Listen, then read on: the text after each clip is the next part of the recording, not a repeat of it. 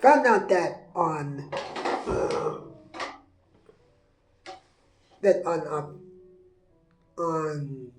2026, um,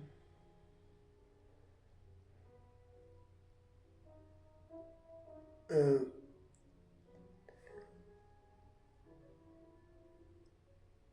Ottorino Respighi will be celebrated in that year as the 90th anniversary of his death. Ottorino Respighi died in, let's see, was it?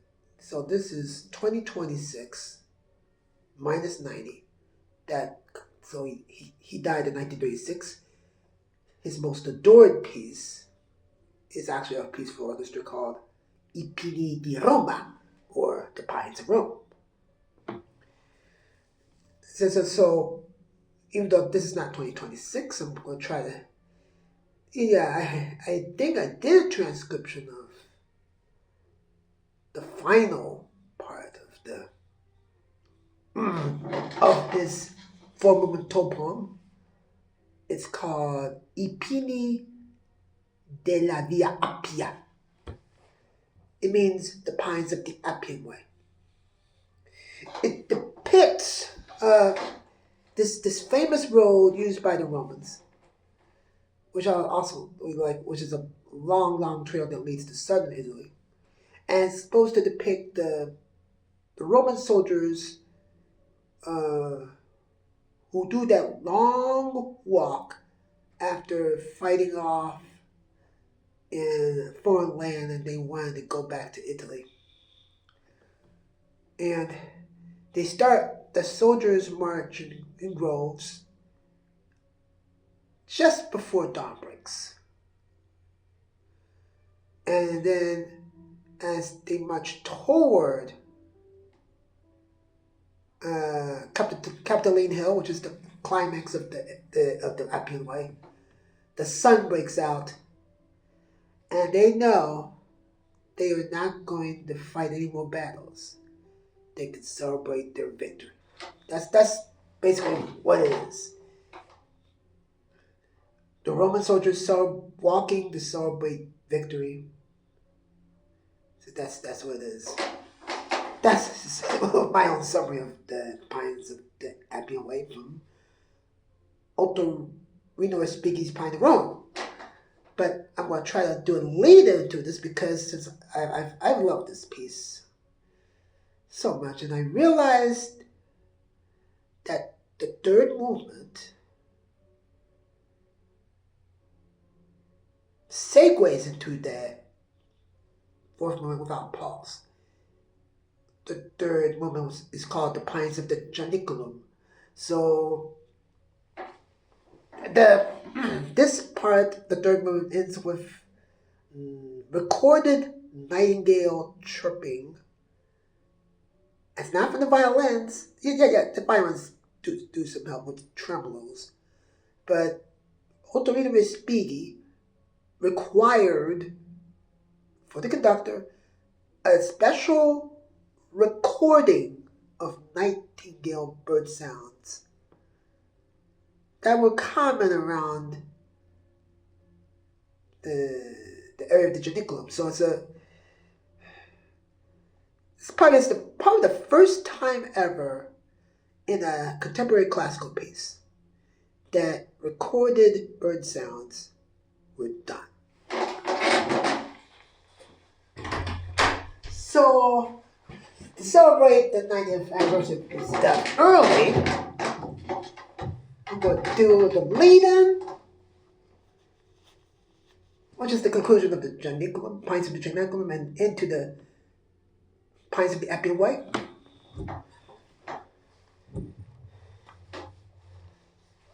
So you'll see something like Olivier Messiaen, like bird sound. Olivier Messiaen is a post-compression composer who's been known for using piano effects of bird sounds. And then in the Appian Way, it's the final one.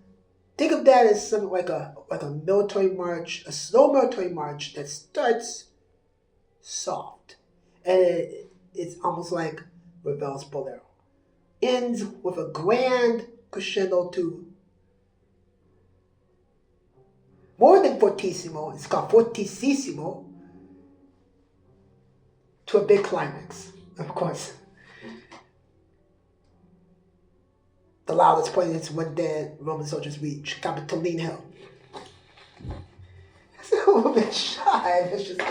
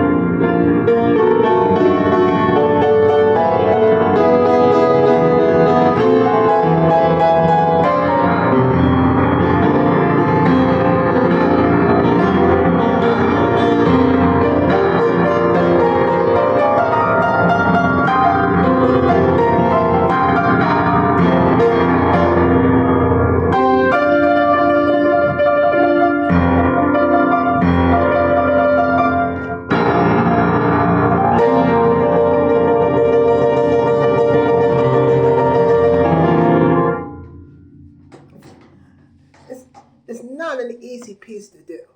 It's and actually, I did a written out transcription of this. It's not easy to do. I also know that in addition to trying to celebrate Ottorino Respighi, I understand that in 2026, Manuel de Falla will be celebrated. 150th anniversary of his birth. So therefore, he was born in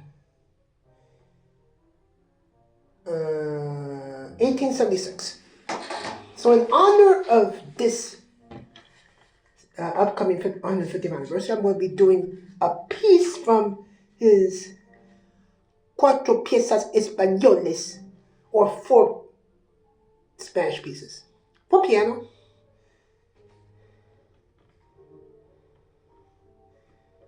So, and the piece I used to play in the 1980s is called Andaluza. This, of course, comes from the region called Andaluza in España or Spain. Andalusia, of course, is the, like, if you've studied like flamenco dancing, and I assume that Manuel de Falla, since he was a Spaniard, when he did music composition, he saw flamenco danced, he heard flamenco music, and the good news here is, in this 4-minute, 5-minute Spanish piece, you'll hear elements of flamenco, especially the Jota Aragonesa, which is, of course, and maybe even some bolerias, a more free-form version of flamenco in both of them is free-form. So, in this piece, he focuses on the 3 count because this is one of the most common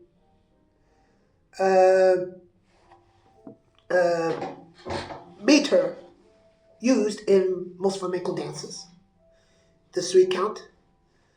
Of course, if you are a flamenco expert, a flamenco dancer, musician, you call this, of course, the pulse, or they call in Spanish compás, or the compass, or the pulse, or it's roughly like the ritmo, or rhythm, or tempo. So I'm going to be doing Andaluza. So I think it roughly means an Andalusian lady. So something related to Andalusia. That's what it means. So you'll hear La Flamenco in there. Contemporary flamenco, because he's a contemporary Spanish composer. So this is Andaluza from Cuatro Piezas Españoles. Cuatro Piezas Españolas. I think it's because la pieza or pieces is feminine, so it has to be. So Español or Spanish, I have to modify that as Española. I took some Spanish classes. I make mistakes because I took Spanish classes before. Here it is. It's for you, Defia.